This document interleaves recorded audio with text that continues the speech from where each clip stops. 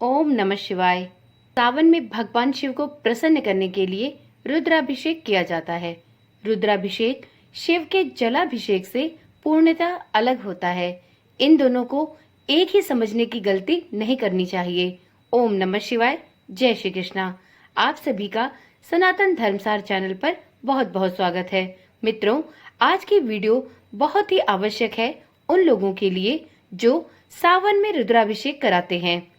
वैसे तो लगभग हर सनातनी सावन माह में एक बार रुद्राभिषेक अवश्य कराता है, क्योंकि ऐसी मान्यता है कि यदि सावन में रुद्राभिषेक कराया जाए तो भगवान भोलेनाथ की असीम अनुकंपा प्राप्त होती है। साथ में व्यक्ति के जीवन में जो भी समस्याएं चल रही हैं, उनका निराकरण भी रुद्राभिषेक के माध्यम से भगवान भोलेनाथ करते हैं। वैसे तो रुद्राभिषेक एक जटिल प्रक्रिया है, जिसका पालन करना बहुत ही आवश्यक होता है। यदि रुद्राभिषेक नियम पूर्वक न किया जाए तो उसका फल प्राप्त नहीं होता। आज की वीडियो में हम रुद्राभिषेक से जुड़े सभी नियमों के बारे में जानेंगे, जिससे सावन माह में या कभी भी हम जब रुद्राभिषेक कराएं तो हमसे यह गलतियां ना होने पाए। मित्रों, यदि रुद्राभिषेक नियम पूर्वक न किया जाए तो व्यक्ति को उसका फल नहीं प्राप्त होता। इस साल श्रावण मास का प्रारंभ 22 जुलाई से हो चुका है। श्रावण मास में रुद्राभिषेक करने से व्यक्ति को इच्छित फल की प्राप्ति हो सकती है। नवग्रह शांति और मनोकामनाओं की पूर्ति के लिए रुद्राभिषेक कराया जाता है। जैसी मनोकामना वैसा रुद्राभिषेक कराया जाना चाहिए, परंतु इस बात की जानकारी प्रायः बहुत ही कम लोगों को होती है। इस बात की जानकारी न होने की वजह से प्रायः सभी घरों में किसी भी मनोकामना की पूर्ति के लिए एक ही विधि विधान से रुद्राभिषेक कराया जाता है, जो कि पूर्णतया गलत होता है।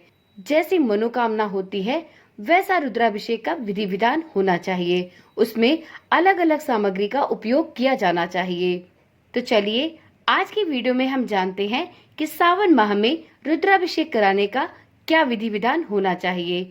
नवग्रह शांति और मनोकामनाओं की पूर्ति के लिए रुद्राभिषेक के क्या नियम होते हैं, रुद्राभिषेक कैसे होता है और रुद्राभिषेक के क्या लाभ हो सकते हैं। जैसा कि आप सभी जानते हैं, इस वर्ष सावन माह 29 दिनों का है, जिसमें 5 सावन सोमवार व्रत हैं। यह अत्यंत ही शुभ है। पूजा के समय सबसे पहले शिव जी का जल से अभिषेक करें, फिर पंचामृत और बृहद जलधारा से उनको स्नान कराएं और भस्म आदि लगाएं। उसके बाद शिव जी को बेलपत्र, भांग, मदार का सफेद फूल, धतूरा, शमी के पत्ते इत्यादि चढ़ाकर शिव जी की विधि विधान पूर्वक पूजा करें। फिर महामृत्युंजय मंत्र का जाप या ओम नमः शिवाय मंत्र का जाप अवश्य करें। यह तो हुई सामान्यतः रुद्राभिषेक की विधि। अब जानते हैं नवग्रह शांति के लिए रुद्राभिषेक के क्या नियम हैं।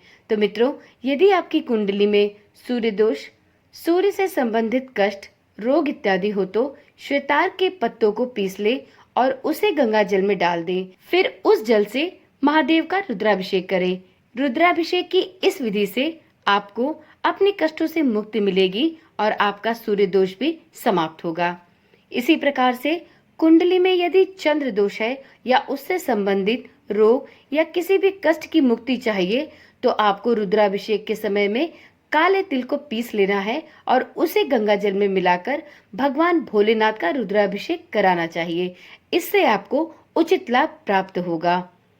मंगल दोष को दूर करने के लिए या उससे जुड़े कष्टों के निवारण, रोगों से मुक्ति के लिए अमृता के रस को गंगा जल में मिलाया जाता है। इससे भगवान भोलेनाथ का रुद्राभिषेक करने से सभी प्रकार के कष्टों से छुटकारा मिलता है। कुंडली में बुध दोष और उससे जुड़ी समस्याओं को दूर करने के लिए विधारा के रस से भगवान भोलेनाथ का रुद्राभिषेक किया जाना चाहिए।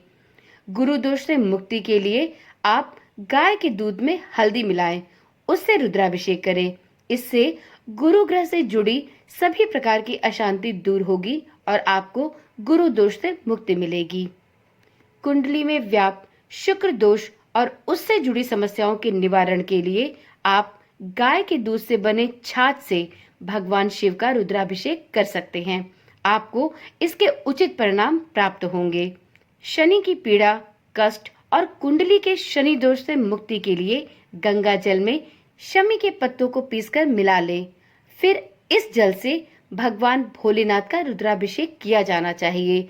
इससे आपको शनि की पीड़ा, शनि की साढ़े साती और शनि से संबंधित सभी समस्याओं से छुटकारा मिलेगा और आपके जीवन में चल रही शनि से संबंधित सभी परेशानियां धीरे धीरे दूर होने लगेंगी। पाप ग्रह राहु की पीड़ा और उससे जुड़ी समस्याओं से मुक्ति के लिए गंगा जल में दूर्वा मिला ले। फिर उस जल से भगवान भोलेनाथ का रुद्राभिषेक करें। आप पाएंगे कि राहु की पीड़ा से संबंधित सभी प्रकार की समस्याएं शीघ्र ही दूर होने लगेंगी। इसी प्रकार से कुंडली में केतु दोष या उससे होने वाले रोगों के निवारण के लिए गंगा जल में कुश की जड़ को पीसकर मिला ले। अब इस जल से महादेव का रुद्राभिषेक करें। आपकी समस्याएं धीरे धीरे दूर होने लगेंगी। इसी प्रकार से मनोकामनाओं की पूर्ति के लिए रुद्राभिषेक के कुछ अलग विधि विधान हैं, तो चलिए इन्हें भी जानते हैं।